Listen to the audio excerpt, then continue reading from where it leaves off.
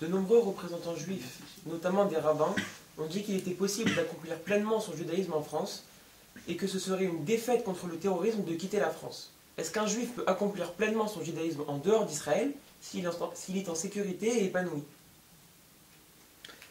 La question comporte deux volets. Le premier volet est une déclaration qui va totalement à l'encontre de la Torah. Si Akash Baruch Hu nous a donné la Torah au mont Sinaï, et l'ordre formel, avant même de sortir d'Égypte, était de se retrouver en terre d'Israël, cela signifie qu'il n'y a aucune autre possibilité de réaliser la Torah et d'être un bon juif que d'être en terre d'Israël. De surcroît, toute personne qui a une connaissance minimale du judaïsme sait que sur les 613 mitzvot de la Torah, 350 ne sont pas réalisables en diaspora.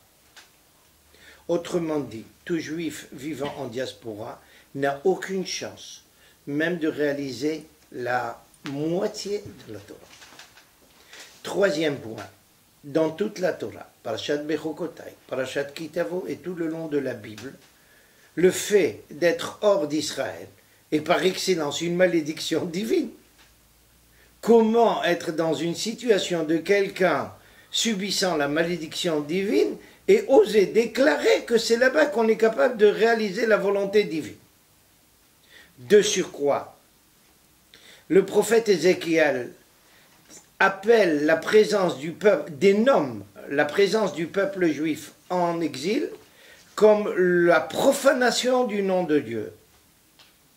Va'achmol al shem kodshi asher chilaltem bnei Israël be'emor lahem am Hashem ele ume'artso yatzau. Le fait que le peuple juif soit dispersé aux quatre coins du monde est une profanation du nom de Dieu.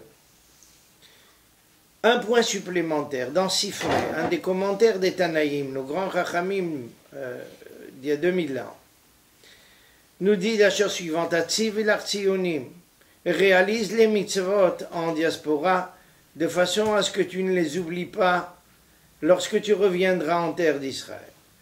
Et Haramban, le grand commentateur du Talmud, de la Torah, et j'en passe, le grand kabbaliste, n'hésitez pas à dire sur la base de cette déclaration que toute la réalisation des mitzvot en diaspora n'est là que pour pouvoir les réaliser à la fin des temps ici.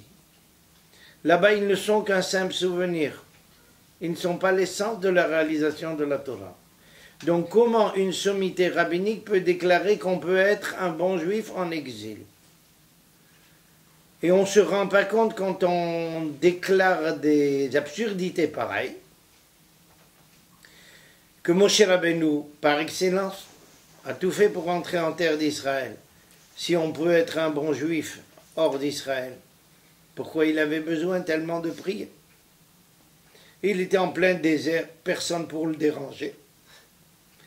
Ni des gens de Darash, ni même des juifs. Il aurait été tranquille. C'est quelque chose qui ne tient pas debout. Maintenant, parler d'un pras à la terreur, et une récompense, je ne sais comment on doit traduire ce terme-là. Je tiens à rappeler un point fondamental. Dans les années 90 du 19e siècle, s'abat sur le judaïsme le plus sérieux, le plus important, le plus religieux d'Europe et peut-être du monde entier. C'est tout le judaïsme d'Europe orientale, une véritable vague de pogroms. Kiev, Kishinev, j'en passais des meilleurs. Les grands Talmidei Chachamim qui étaient conscients de la situation du peuple juif et de la volonté divine se sont immédiatement écriés. Comment vous ne comprenez pas, vous n'arrivez pas à comprendre que c'est le doigt de Dieu qui est là pour vous indiquer la direction de la terre d'Israël. Et voici que le peuple juif a refusé d'écouter cela. Il lui a fallu une catastrophe de 6 millions de cadavres pour comprendre que sa place était là. Ou quelqu'un oserait dire que le fait de quitter les pogroms de Kiev et Kishinev aurait été donné un prix aux Cosaques de Russie? Qui aurait osé prononcer une telle absurdité? Mais déclarer des choses pareilles, c'est n'avoir tiré aucune leçon de l'Holocauste. Toutes ces déclarations sont exactement les déclarations de tout le judaïsme antisioniste qui a mené toute la masse du peuple juif au massacre pendant la Deuxième Guerre. Je vais vous raconter une histoire importante. Mon beau-père faisait partie d'une communauté importante en Tchécoslovaquie, à la frontière de la Hongrie, à Komarno. Le rabbin, un grand Talmid Chacham, très antisioniste,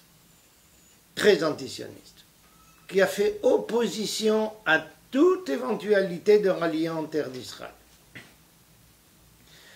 Il y a une seule famille, étant donné que la communauté est extrêmement religieuse, il y a une seule famille qui a refusé d'écouter le rabbin, qui a fait sa rallia. Nous pouvons maintenant établir un récapitulatif. Cette famille est venue en Israël, ses membres, ses descendants sont tous là. Les premiers membres arrivés ici ont travaillé pour le deuxième bureau, etc., pour le Mossad, j'en passe et des meilleurs.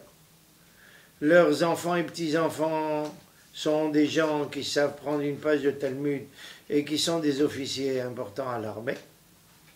Tout le reste de la communauté massacrée. Ça ne suffit pas pour ouvrir les yeux à quelqu'un. Si quelqu'un est incapable de comprendre, et surtout une sommité en Torah, incapable de voir qu'on revient sur les mêmes erreurs qui ont amené 6 millions à la mort, alors on n'a plus qu'à prier Dieu que Akadosh Baruch Hu nous confère un tant soit peu de sagesse et de responsabilité vis-à-vis du peuple juif.